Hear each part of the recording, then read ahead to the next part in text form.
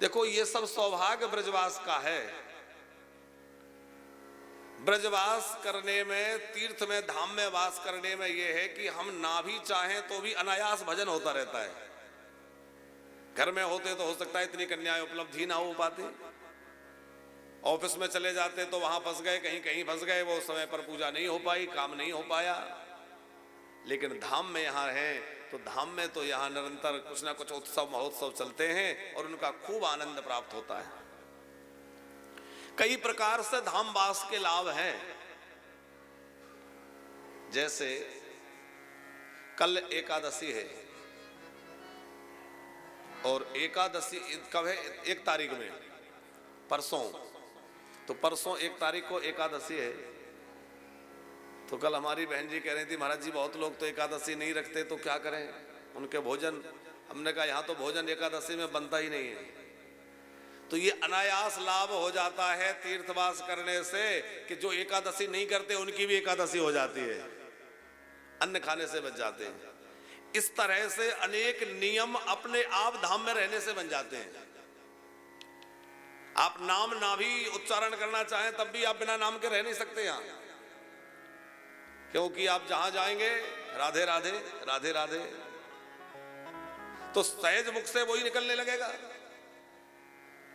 आप संकल्प कर लें कि आज हम शाम से सवेरे से लेकर रात्रि पर्यंत एक बार भी नाम नहीं लेंगे भगवान का, संकल्प कर लें तो भी नहीं बच सकते, क्योंकि वातावरण ऐसा है कि अपने आप मुख से नाम निकलेगा।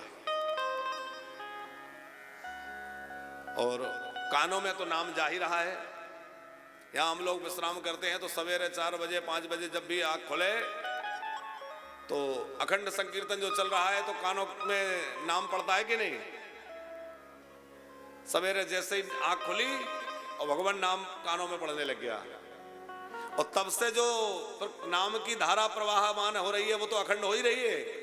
पर कभी कथा के माध्यम से, कभी कीर्तन के माध्यम से, सवेरे पूजन अर्चन के माध्यम से, पर संत भगवान पधारते हैं तो वो भी राधे राधे। सवेरे अन्य क्षेत्र में संत पधारते हैं तो वो सब भी राधे राधे। तो निरंतर भगवान नाम कानों में जा रहा है, मुख से भी निकल रहा है, संतों का दर्शन हो रहा है, उत्सव महोत्सवों का आनंद मिल रहा है। यह धाम वास का महत्व है भैया। धाम में रहेंगे तो सहज भगवान से जुड़े रहेंगे, सहज उत्सवों से जुड़े रहेंगे और जीवन महोत्सव बन जाएगा। सहज ही जीवन महोत्सव बन जाएगा। कल हम लोग कथा सुन रहे थे बाबूजी, तो श्री वसुदेव जी लाला को सर पर बिठा के ले गए, और वसुदेव जी लाला को ले गए तो कब ले गए? रात्रि के समय। गोकुलवासी सब सोए हुए थे और उसी समय वसुदेव जी अपने लाला को वहां छोड़कर यशोदा जी के पास में वहां से लाली को ले आए। तो सवेरे जब गोकुलवासी उठे, यशोदा जी, नंदा जी, सुनंदा जी, नंद बाबा, उपनंद आदि आदि जितने भी गोकुलवासी सब जब जागे तो क्या हुआ? बोले ठाकुर जी तो पहले ही पधार गए। तो सोते सोते भगवान आ गए कि नहीं? आवाज थोड़ी गूंज रही है भैया कैसे? सोते सोते भगवान मिल गए।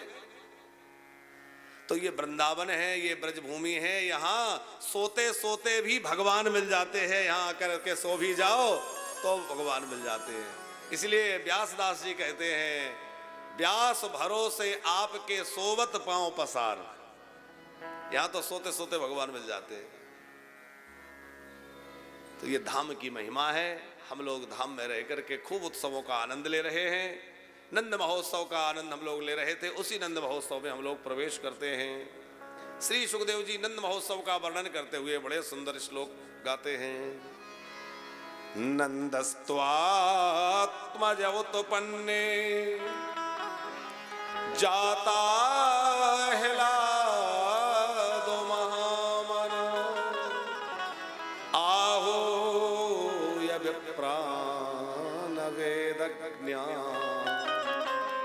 स्नातः सुचिरालंकृतः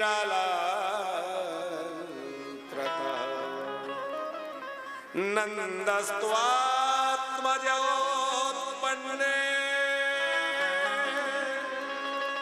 जाता अहिलादो महामना नंद के आत्मज बन करके वह परम ब्रह्म परमात्मा प्रकट भये और नंद जी महामना है। उन महामना नंद जी को परम आनंद हो गया। जाता अहलादो, अहलाद ही आनंद ही पुत्र बनकर प्रकट हुआ। नंद बाबा बड़े प्रसन्नता से भरे हैं। वेदज्ञ ब्राह्मणों को बुलाया है और विधि पूर्वक जात कर्म संस्कार करवाया है। सुंदर स्नान यमुना जी में किया, अलंकार धारण किए और वेद विधि से